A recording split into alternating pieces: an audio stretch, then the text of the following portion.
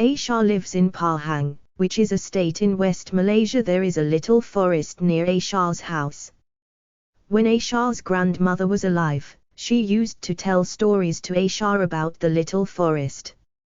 According to her grandmother, it was known as the Enchanted Woods because there were some strange happenings there. It seems that there was a magic tree in the middle of the forest that would transport a person into the magical land. Aisyah's parents told her that they were just legends, but they never allowed her to go into the forest because they were afraid that there might be wild animals. During the last holidays, Aisyah's cousins from Singapore, Nora and Shaiful, visited her. Aisyah told her cousins about the Enchanted Woods and the children made plans to sneak out into the woods.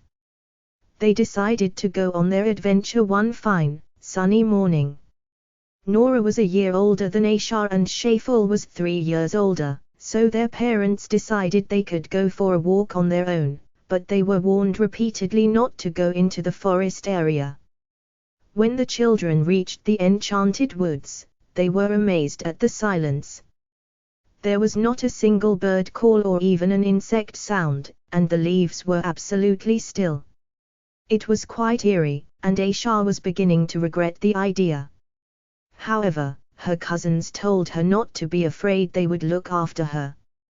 The light in the Enchanted Wood was a strange shade of green. After walking for about 10 minutes, they spotted an enormous tree.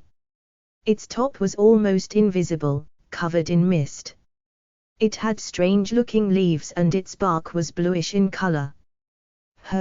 This is a really strange-looking tree. Do you think this is it? Shaiful whispered to the girls. I think so. I have never seen this kind of tree before, Aisyah whispered back. Come on, let's examine the tree more closely, Nora urged them. As they went near the tree, they gasped in astonishment because a little door suddenly appeared on the tree trunk. They rubbed their eyes and the little door was opened. There was a spiral staircase inside the door. The children wanted to run away, but they were inexplicably drawn to the door. They felt they had to climb the stairs.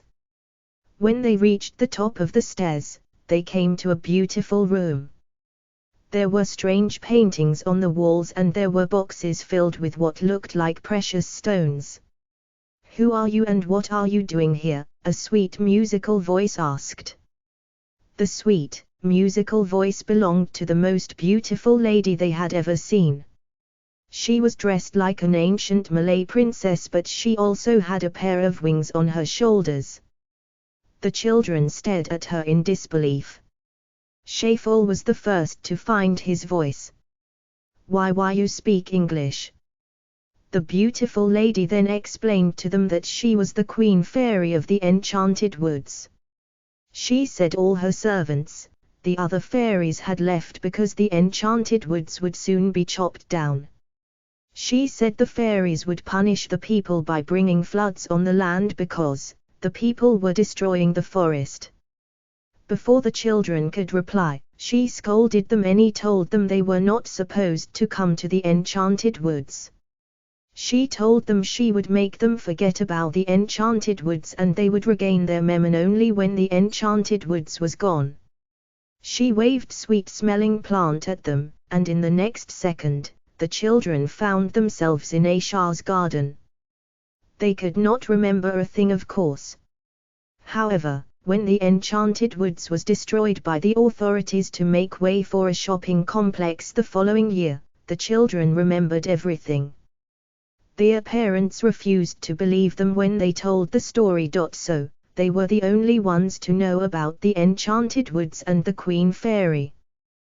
The people at Aisyah's village also experienced a terrible flood. Aisyah's house was affected too, but Aisyah's parents still did not believe her story.